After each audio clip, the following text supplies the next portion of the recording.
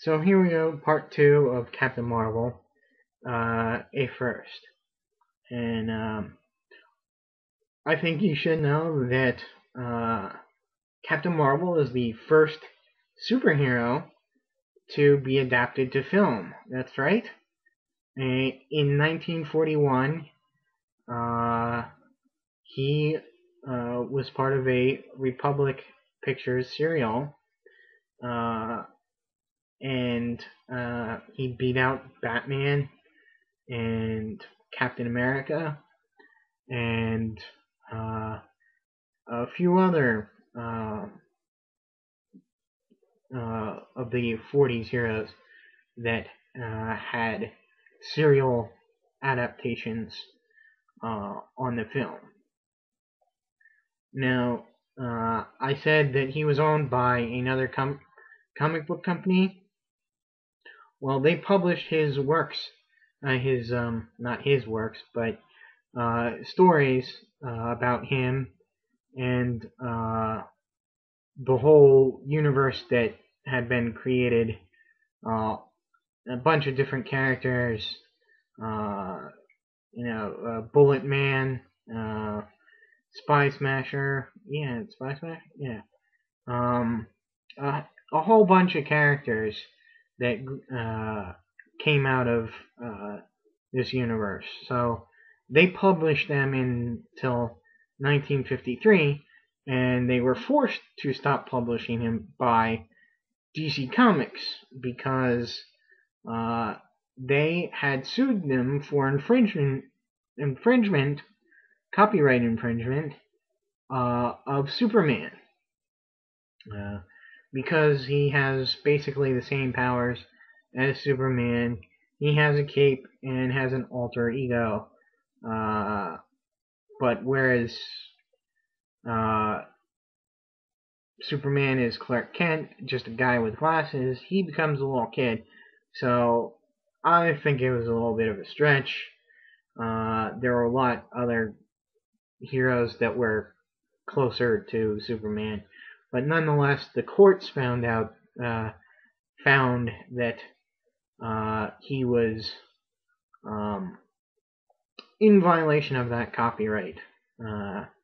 So Fawcett was forced to stop publishing him. And they went unused until the early 70s, in about 1972, when DC bought all the Fawcett comic characters. Just their superhero characters, because they had like silly animal characters that I think they still retained rights to.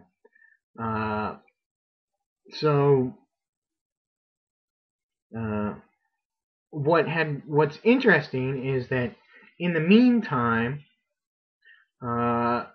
Marvel Comics, of course, not missing the opportunity to cash in on their name, had copyrighted Captain Marvel, of course, publishing the Kree Captain Marvel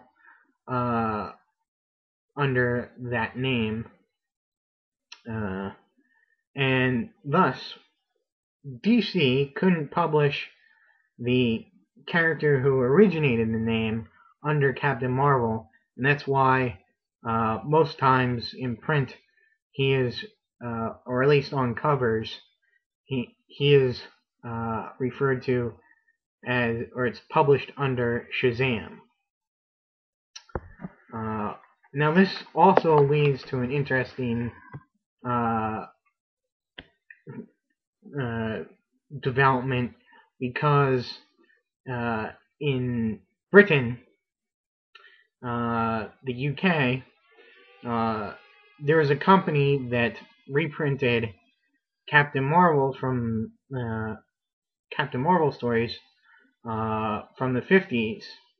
And so when they lost all their material, they decided to come up with a thinly disguised version of Captain Marvel. And they came up with Marvel Man, who in turn, years later, became a highly contested property between people. Until recently, Marvel had just bought the rights to him. And so it's very funny coincidences that led him, or I should say, that this character, the creation of this character, led to.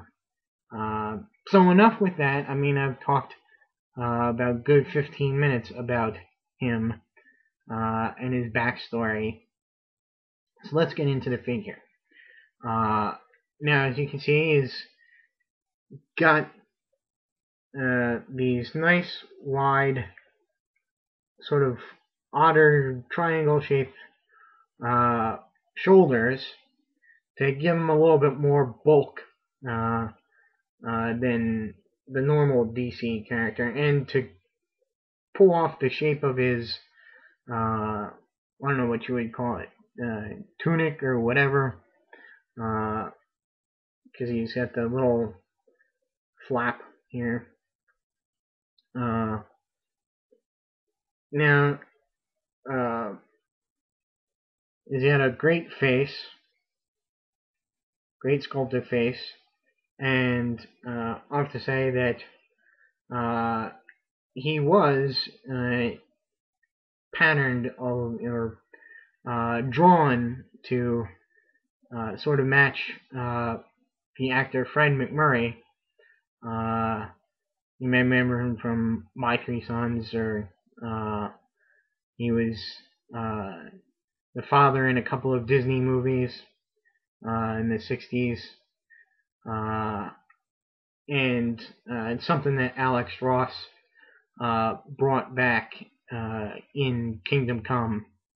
And this current incarnation lends a lot to, or takes a lot from that interpretation of the character. Now, the only thing that's missing is the sash. This just looks like a plain belt. And a little thing is that I don't know if you can pick it up, but the yellow on the feet doesn't match the boots. I don't know if you can see that or not. Again, it's very small. A nitpick.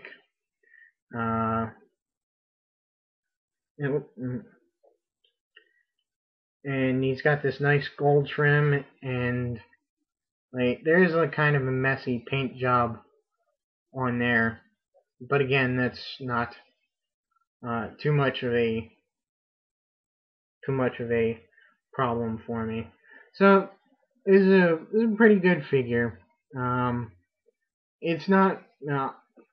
I'm not a die-hard Captain Marvel fan, and I wouldn't say it's an essential figure, but he is a big part of the DC universe. So, he's a nice addition to your collection if you want to get him. So I think I've said enough, and we'll move on to the next figure.